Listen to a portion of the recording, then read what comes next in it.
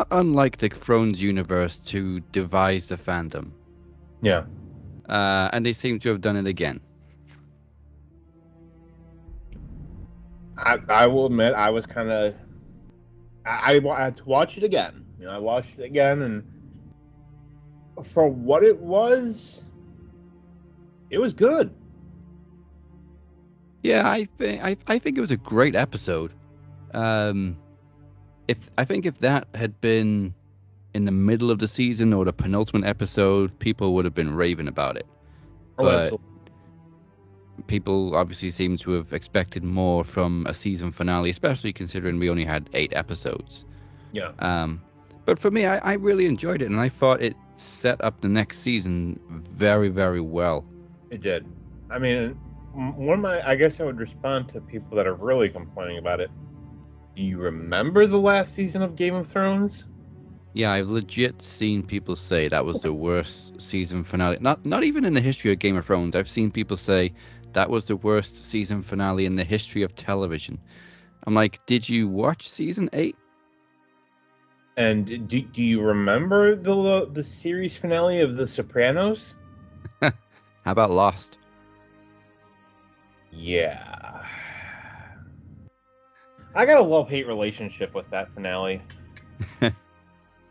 I mean, I never really watched Lost all the way through, but obviously I know how it ends.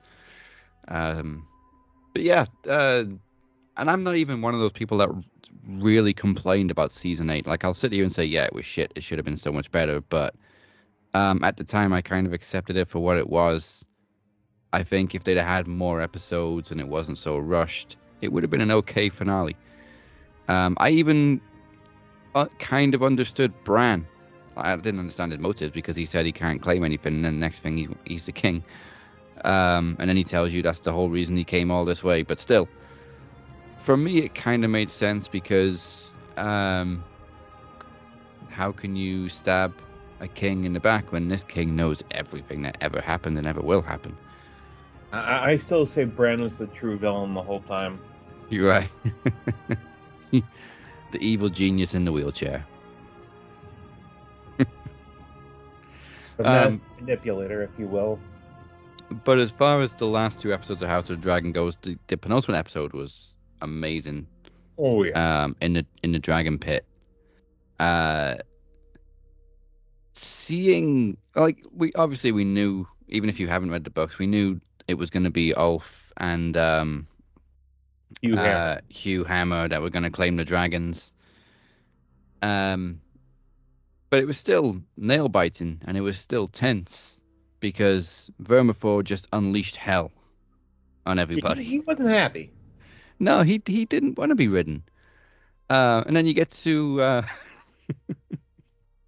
But to his credit, I do think he really appreciated that Rhaenyra brought him so many snacks. oh yeah, Vermithor ate in that He ate episode. well. He ate very well. Ate very well.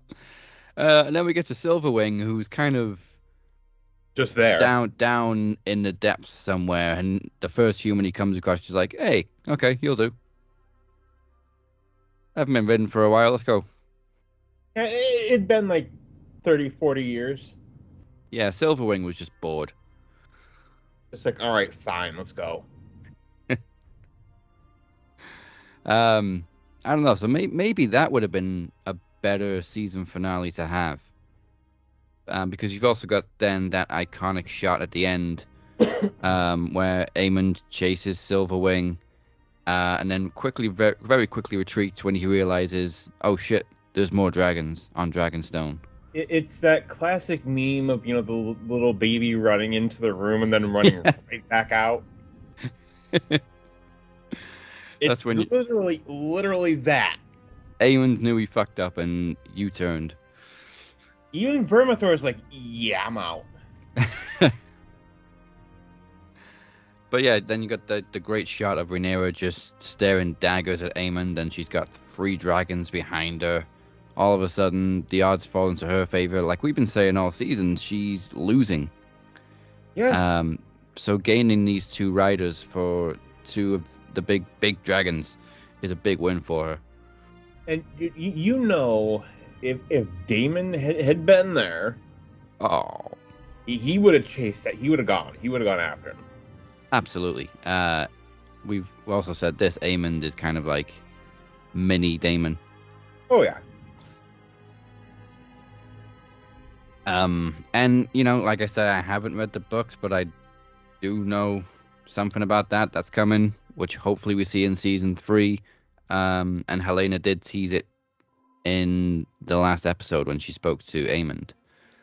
And we got to see Patty one last time. One last time. Which and actually that was actually his idea. Like they talked to him and he wanted to appear in the decrepit state. Yeah. He wanted that. Well, I mean, in the first season, in the decrepit state, I think is where he acted his ass off. Oh yeah. Like he was entertaining as kind of healthy Viserys, but when he starts falling apart, that's when he really busted out his acting chops and he almost became unrecognizable. Yeah, that last episode that he did, I think it was called like Air to Driftmark or whatever it was. Yeah. That dinner scene was just fantastic. Oh yeah, brilliant. That and the walk to the throne. Which I still love that Matt Smith improvised picking up the crown for him.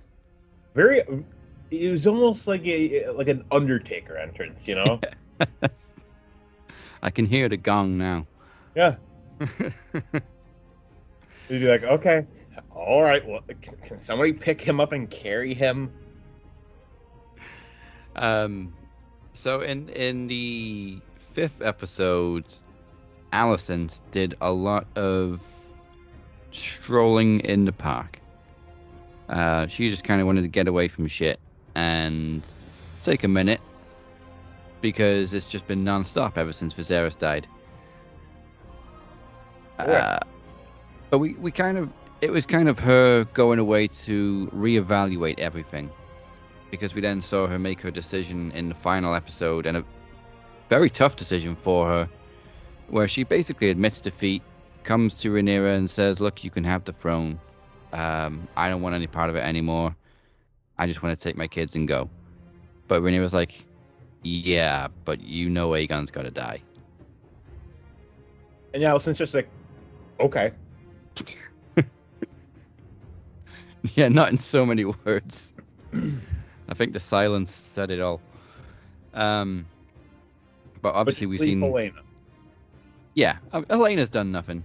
She doesn't even want to ride her fucking dragon. That poor girl. I think she's the most innocent one in all of this. She is. It's like, and you feel so bad. Like, she had her child brutally murdered. And, like, she never wanted to be queen. Like, she never wanted any of this. Probably, certainly not by her brother. And Rhaenyra's probably thinking, like, I was going to leave her alone anyway. Yeah, like she's already said, do you honestly think I'd go after her kids? Helena's innocent. And even the scenes between Aemond and Helena, you're just kind of like, dude, leave her alone. Like, basically, you're forcing your little sister to go to war, and she's never she doesn't ride. No, you're sending her to pretty much certain death, just so that you can have another dragon on display. Like Caraxes, Syrax, any of them, Vermithor, would eat her alive. Yeah. But you're also kind of like, look, Aemond, you did have another dragon at your disposal, but you decided to turn on your brother and kill the dragon. And almost kill your brother. Is the dragon really dead, though? Well, I've seen no evidence otherwise. I'd be very, very surprised if Sunfire is still alive. And we get that oh, those amazing scenes between Lord Lara Strong and Aegon, where he's basically saying, "Dude, and you should get out of here. You know, either Rhaenyra's gonna kill you, or your brother's gonna try again." Yeah. And obviously, we've seen a big transformation in Aegon. And he's pretty much given up. Or, well, until Laris continues to whisper in his ear, but, like, he's half burned. Um, yeah, even something very sensitive has been melted. Um, As uh, as guys, we feel for him. oh, yeah. Yeah, it's, if you've ever put a hot dog in a microwave without submerging it in liquid, you kind of get the drift.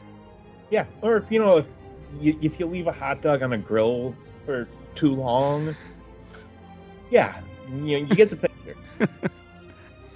It's not a pretty picture. No.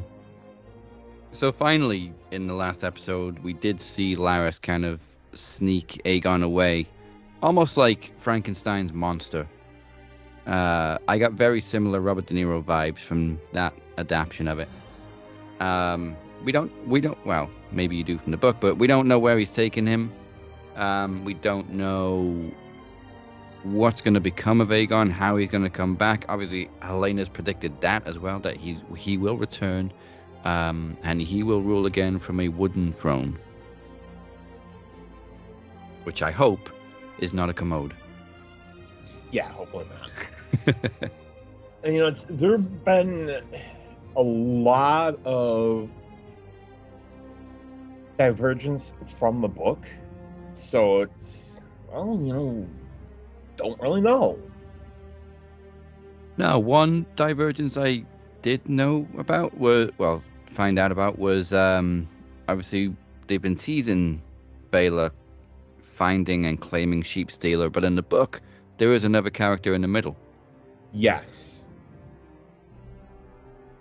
Uh, In the book, I think it's Rhaena. Yeah, yeah, not Baylor. Rhaena does go off with Aegon the Younger and Prince Viserys. She goes with them. And yeah, so that whole thing is definitely different. It makes more sense, I guess, for Rhaena to be the one to claim Sheepstealer. And Sheepstealer, by the way, is the most horrifying looking dragon I've ever seen in this Game of Thrones universe. Sheepstealer's cranky. Never had a rider, ever. Nope. Although people have tried. He just wants to eat mutton. And be left alone. So it'll be very interesting to see how Rhaena, who is also very small for a human, for this dragon, to claim him. Such a fierce dragon too. Like it's challenging enough, I think, to tame a wild dragon, but one like Sheepstealer, who looks menacing and probably is very menacing, and his first instinct is going to be to just eat her up. Yeah, they had that interaction. He's like, it's almost like he's kind of sizing her up, like, okay. So why are you not running? Like, I can kill you. If only dragons could speak in this universe. But there was a lot to unravel in that final episode. Like I said, it felt like 2 episodes, but it didn't feel long. But it felt like 2 back-to-back episodes because there was so much crammed into that hour and 20 minutes. We finally got the redemption arc of Daemon. Thanks very much to a weirwood tree vision that Alice led him to, which very interesting. Gave us a glimpse of the future. Well, obviously stuff we already know about from Game of Thrones, but we saw the White Walkers, we saw Daenerys. Which was not Emilia Clarke, because she... No, obviously it was a body double, but To quote Jon Snow, she didn't want it. Yeah. I mean, probably would have cost a lot to get her to do that one scene. And speaking of Jon Snow, Kit Harington recently said this week that he never plans on watching the House of the Dragon.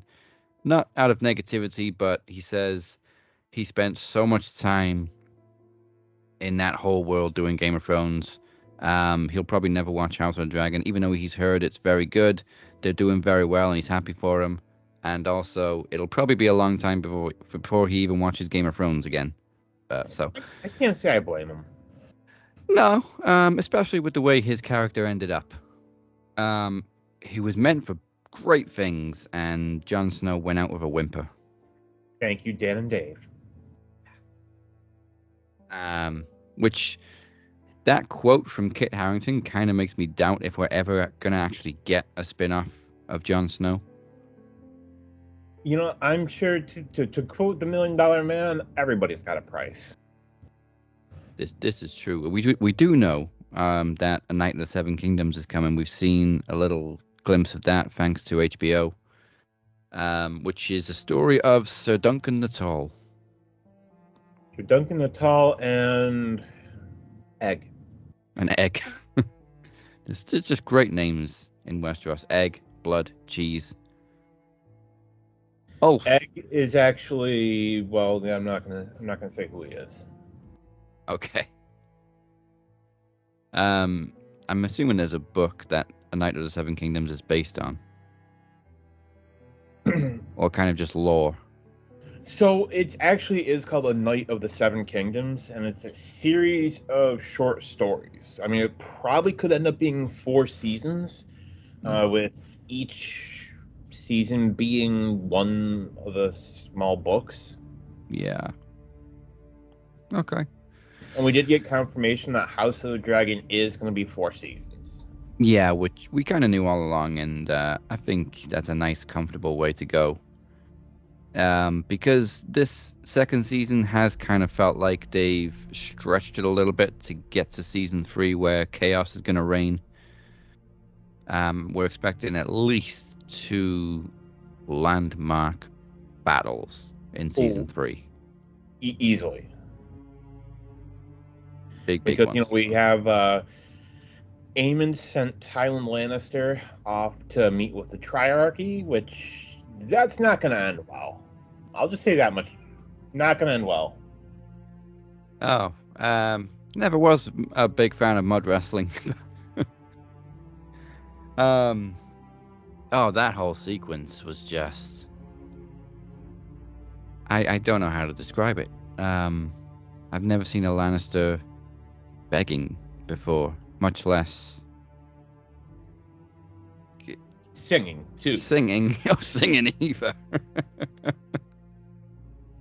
Yeah, it was just a weird dynamic. And then, of course, she dropped the line, she wants children by him. So you think, okay.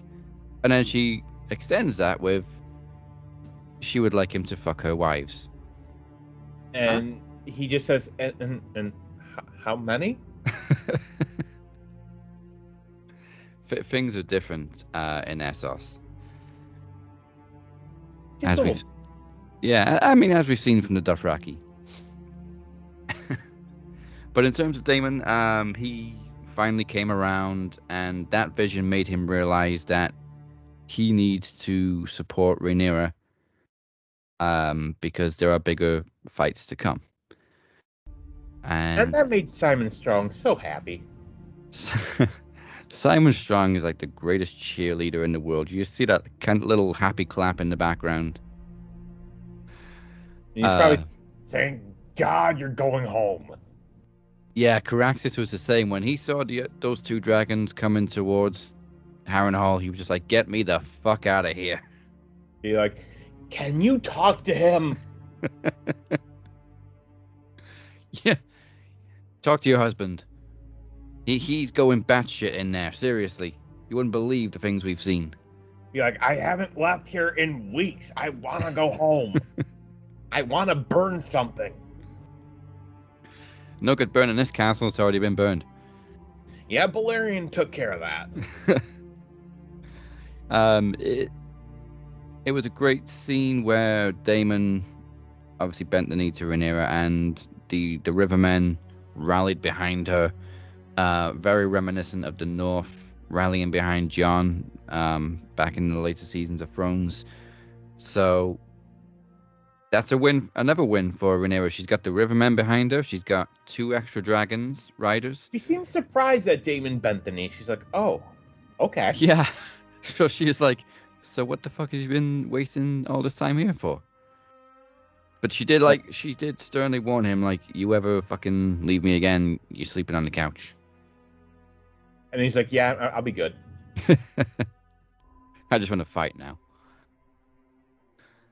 So I mean, you got Caraxes who's ready, and honestly, everything is coming up daisies for the Blacks. Yeah. Even like the Queen of the Greens has just switched sides. I mean, More she's so to protect her children. We got that fantastic shot at the end where it's like the chess pieces are on the board, and we see Otto Hightower in a cage. Finally. Yeah. But I mean, obviously that explains why we haven't seen him for how many did we get? 6 episodes. He finally shows up at the end, and he's been in prison somewhere. We don't know who has him or where. No, but from connecting the dots, I did kind of see that maybe it's to do with, obviously, Kristen Cole did a little something stupid in the first season where he accidentally killed somebody. Personally, my money's on Larys Strong. Yeah, that I think that would make more sense. That's very much like him, that sneaky little bastard. And honestly, I don't think Otto Hightower left King's Landing. I think he's still there. Yeah, but if it is to do with obviously Beesbury getting killed, that just adds more pieces to the board. Because whose side are they on? And also, here's another thing to consider. You remember Aemon saying, find my grandfather." Yeah. Did Aemon order it? Yeah, I mean, that's really the only plus sides to Aemond becoming regent. Is he made a lot of decisions that Aegon should have made, and reversed a lot of decisions that Aegon shouldn't have made. Like I've always said, one of the dumbest things Aegon did was dismiss Otto Hightower because he is genuinely a very clever guy to have on your side. Oh yeah. But also Aemon's military strategies were on point. Aegon didn't really have any. As much of a sinister piece of shit that he is, Aemond is kind of a better ruler than Aegon. Oh yeah. Aemond is somewhere between Joffrey and Cersei. Yeah, I can see that. So in the 5th episode, I felt great for Hugh and Ulf. Because they're both lowborn, they've both gone through shit in King's Landing. And they've been accepted by these dragons, and now they're taking their rightful place. But then they kind of flipped Ulf round completely in the final episode and turned him into a complete Piece dick. of shit. Like, there's having no sense of decorum with royalty, and then there's just being straight up disrespectful. Even Rhaenyra is like, dude, watch it. And if Daemon was at that table, Ulf probably wouldn't have a tongue. You don't need a tongue to ride a dragon. Ulf wouldn't have a head. Say it. He can keep his tongue. But yeah, I don't know what happened with Ulf. I really liked him up until that final episode. in the small screen time that he had throughout the season, I thought he was a bit of a likable character. You know, he knows his true parentage and he just wants a better life. But then he comes into the throne room, into Dragonstone, and he just once he's got a dragon, that's it. It's like a teenager who steals the car keys and goes for a spin. It's like, you got it, you didn't earn it. No, and even Hugh, who again comes from like the same background as Ulf, is just like, dude, what are you doing? Like, where's your respect? Where's your courtesy? And Ulf's just like, bring me some more food. Yeah. Bring me more little birds. And Jace immediately doesn't like him. Oh, he hates him. But then again, Jace kind of hates everybody. He's been an annoying little shit this season. Yeah, he's had his moments, but then most of the time he's just been a grumpy little teenager. Again, another teenager. He's been a mini Daemon. Yeah, so Daemon went off and had a bit of a moment in Harrenhall. Jace has just been sitting at home moaning. But like I said, he has had his moments. He has done some good stuff. He went to the twins and made that deal. He came up with the idea of maybe there's less noble people that can ride dragons. And then he got mad when Rhaenyra did And then he it. got mad about it. It's like, dude. He's like, I wasn't serious. I didn't think it'd actually work. But it did. And now you've got 2 extra dragons. So by my count, Team Black officially have 6 dragons. I think so. Possibly 7 with Rhaena. Yeah. And the Greens have 2, 3 at best. Yeah. 2.5. Yeah, we still haven't seen Daemon yet. But I expect he'll be in season 3 very prominently. Oh, yeah. The only downside is we've now got another 2 years to wait. Less possibly. Like, I read that they're shooting for next year, possibly. I guess it's in production, so hopefully. I mean, I'll settle for by the end of 2025. Just don't make us wait 2 summers. Like, if we can get around this time next year, I'd be cool with that. Yeah. Even later, I'll be cool with. If we have it in the winter, I'll be fine with that. But yeah, don't make us wait any longer. I just don't need a 2026 release. No. 2026 should be season 4. Yeah. At the earliest. But yeah, a lot happened in that final episode. A lot of pieces are in place. And I'm probably going to have to rewatch the season before watching the next season just to catch up because there's a lot to digest from that final episode. Like I said, to set up what's to come. Oh, yeah. Overall, it's been... I don't think it's been quite as impactful as the first season. Because there was a lot of dragging their feet, especially with Daemon and Harrenhall for the whole season. And not enough Rhys Evans. But there were some great moments. Obviously, Rook's Nest was a highlight. The Dragonseeds claiming their dragons was a highlight. Every scene that Emma Darcy and Olivia Cook had together was electric. So give me more of that. Yeah, give us more of that, especially now that they're kind of on the same side. I'm just very intrigued at where we pick up now with season 3. But the dragons are ready to go. They're ready to enjoy a succulent meal. Don't eat the help. And in the meantime, I guess we're going to get a Knight of the Seven Kingdoms in between the two seasons, just to kind of tide us over. And I'm here for it. The only other question I've got, before Daemon's vision, he saw an antler figure straight out of a horror movie, which many have come to say is a symbol for Robert Baratheon and Robert's rebellion. But it was just weird how he saw it as like this monster. I gotta think it's Robert's rebellion.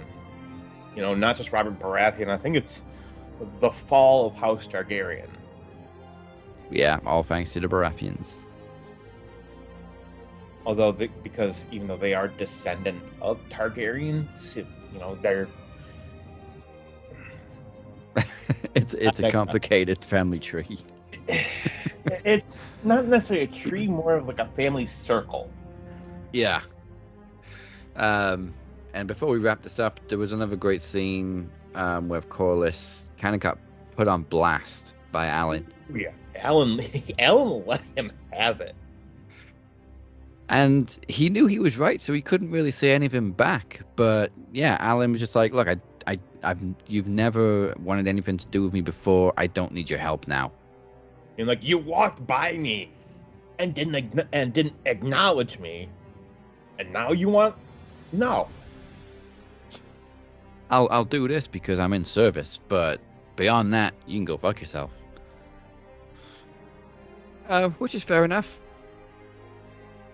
I think even Corlys was just like, fair enough. I deserve that. Very, very Jack Sparrow. I think I deserve that. And like, yeah, I did that.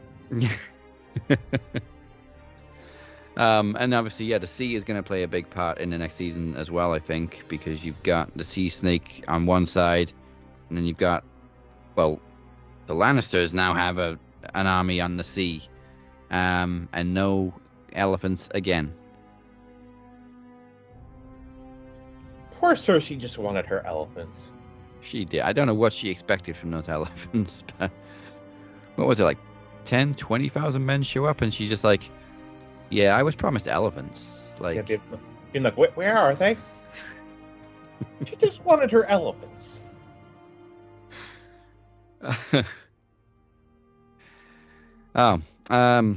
So that's where we finish things with Rhaenyra and Team Black looking very strong.